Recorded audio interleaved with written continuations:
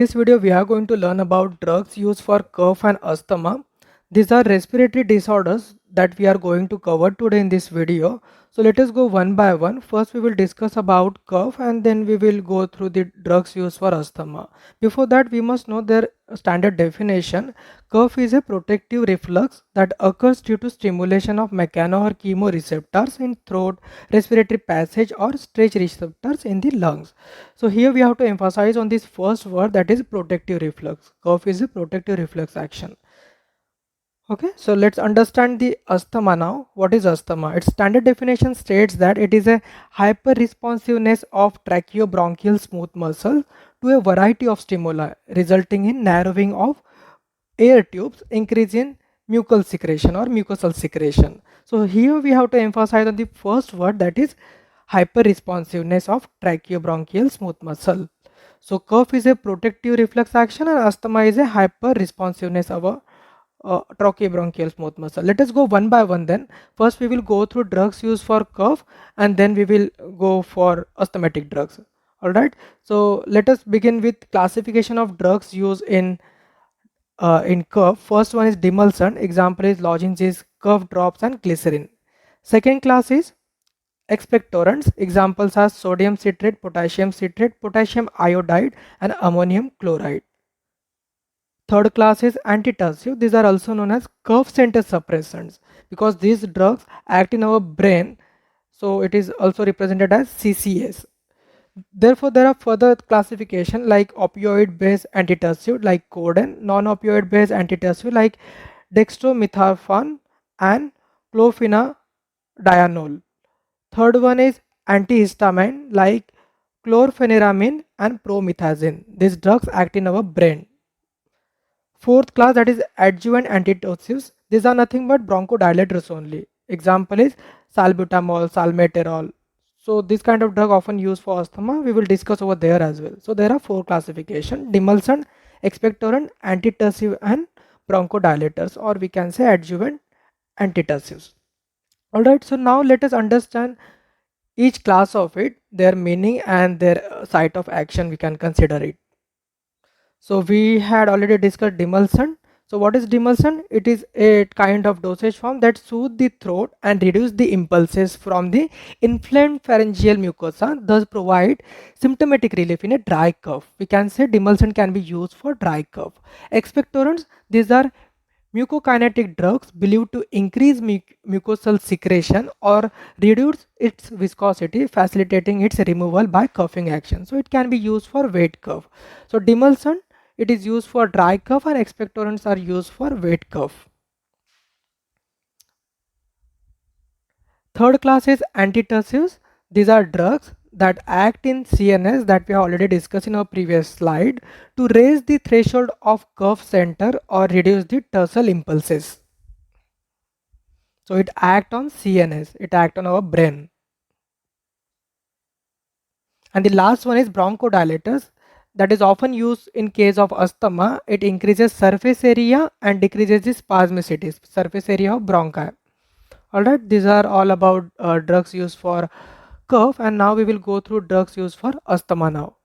Okay, so before proceeding further for these drugs used in asthma, we must know the pathophysiology, how it occurs inside our body. So whenever antigen enter inside our body, it could be pollen grains or anything. Whenever it enters inside our body triggers its action to produce antibodies inside the body, and therefore there will be a kind of reaction which is known as antigen antibody reaction, and that further lead to sequential reaction of bronchoconstriction. And one more thing we need to remember over here, that in case of allergic reaction there is a production of antibodies, especially IgE antibody, which get triggered out in allergic reaction. This question can be asked in multiple choice questions. So therefore there will be an antigen antibody reaction, and that lead to sequential reaction leading to inflammation of bronchi, chemical mediators secretion, their leakage, for example leukotrienes and interleukins, and hypersensitivity kind of reactions. Okay, so antigen enter inside our body, there will be a antibody production, antigen antibody reaction, and this all hypersensitive reaction will lead to bronchospasmicity, or in another word we can say bronchoconstriction.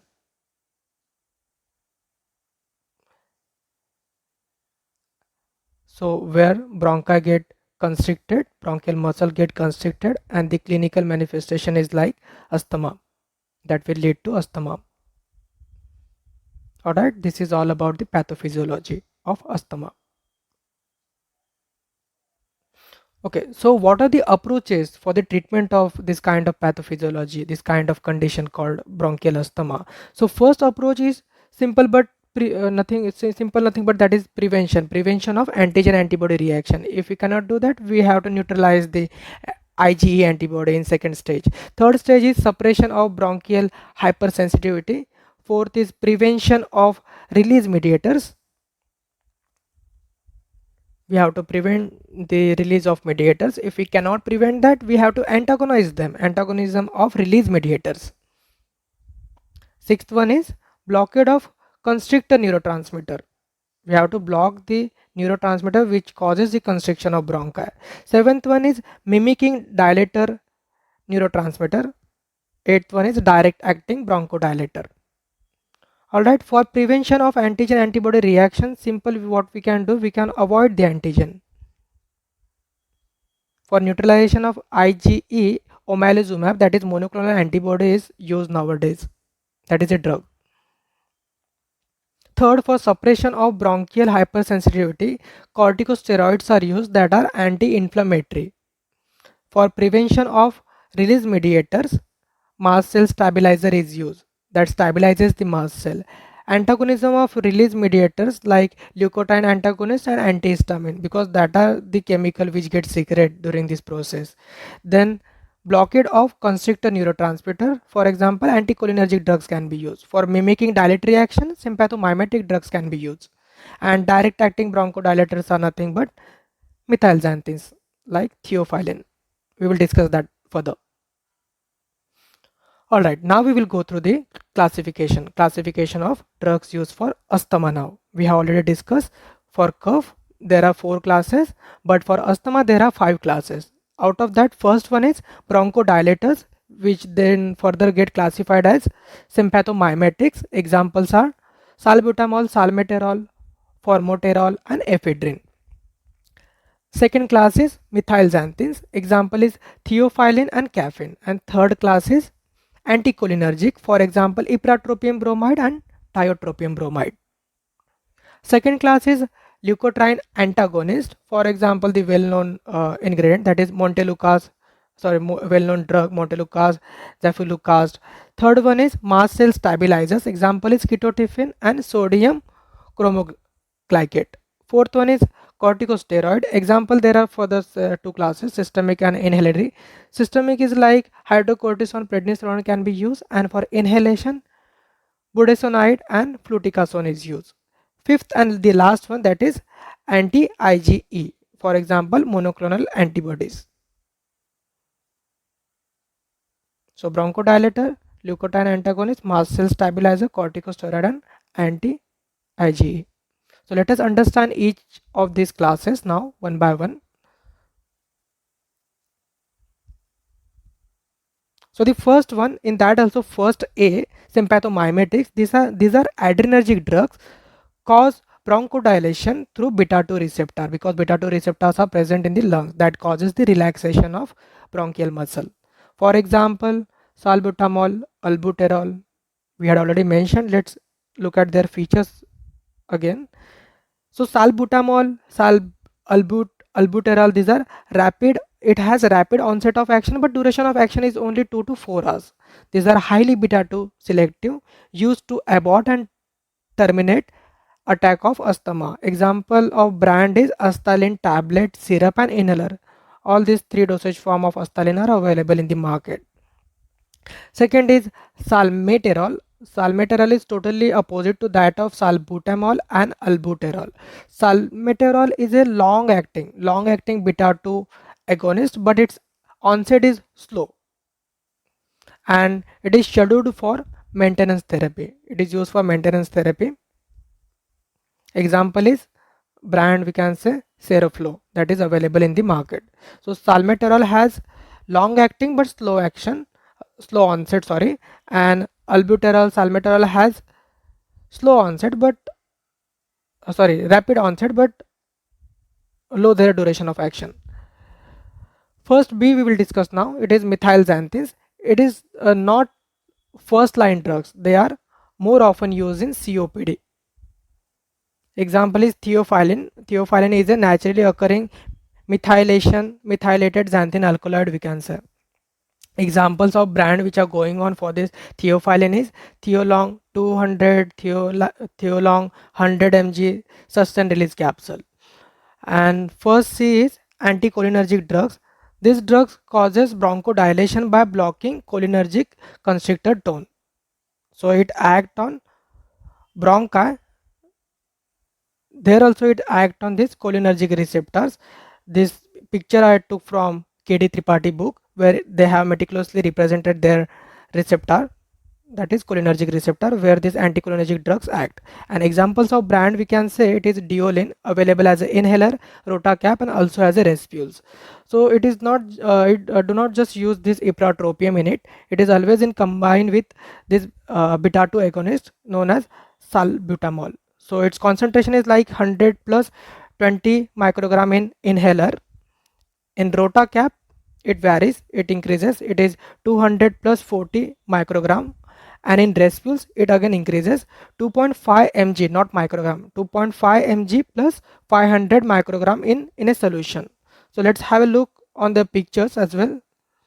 Inhaler, Rotacaps, and respules. Respules are available in these sachets, that is in a solution. Alright, so first class we have discussed. Second is leukotriene antagonist. Since it was realized that leukotriene is a important medical since it was realized that leukotriene is important mediators of bronchial asthma, efforts were made to develop their antagonists. For example, the brand drugs which are available in the market is Monter, Zuver 10 mg, 20 mg tablet. Third one is mast cell stabilizer. It is a synthetic chromone derivative which inhibit degradation of mast cell by variety of stimuli. So it stabilizes the mast cell and inhibit its degradation. So there will not be any secretion of histamine, interleukins, or leukotriene, all those things. Example of this brand we can consider, that is Pintal inhaler, and its nasal spray is also there in the market that contain the ingredient that is chromelin sodium. And one more drug is there, that is ketotifen. These are antihistamine with chromoglycate like action. Leukotriene antagonist and mast cell stabilizer. Two more classes are there. Fourth, that is corticosteroids. These glucocorticoids are not bronchodilators, first thing. However, they benefit by reducing hyperreactivity, mucosal edema, and by suppressing inflammatory response. Glucocorticoids are anti-inflammatory actually. They are not bronchodilators, but they do act to reduce the bronchial spasmicity. Examples of brand we can consider it is Budecort, Aerocort inhaler and Rotacap both are available, and Flohel. And Budecort contain this budesonide and Aerocort contain beclomethasone, Flohel contain fluticasone along with salbutamol beta 2 agonist to have synergism or synergistic action, we can say. They are not alone, they are in combined with salbutamol always. And the fifth and last class is anti-IgE antibody. It is humanized monoclonal antibody against IgE. So it is monoclonal antibody against IgE, and it is developed by advanced technology called pharmaceutical biotechnology, but it is little bit costlier. Therefore, it neutralizes free IgE in circulation, and it is considered to be the future of medicine, because in second stage, when we can't prevent the antigen exposure to the body, in second stage itself we can use this IgE antibody, monoclonal anti-IgE antibodies. Okay, so let's have a look on these brands as well. Budecort, Aerocort. Alright, so we have covered this drugs used for cough and drugs used for asthma. So thank you for watching this video. Stay tuned for next upcoming videos. Thank you so much.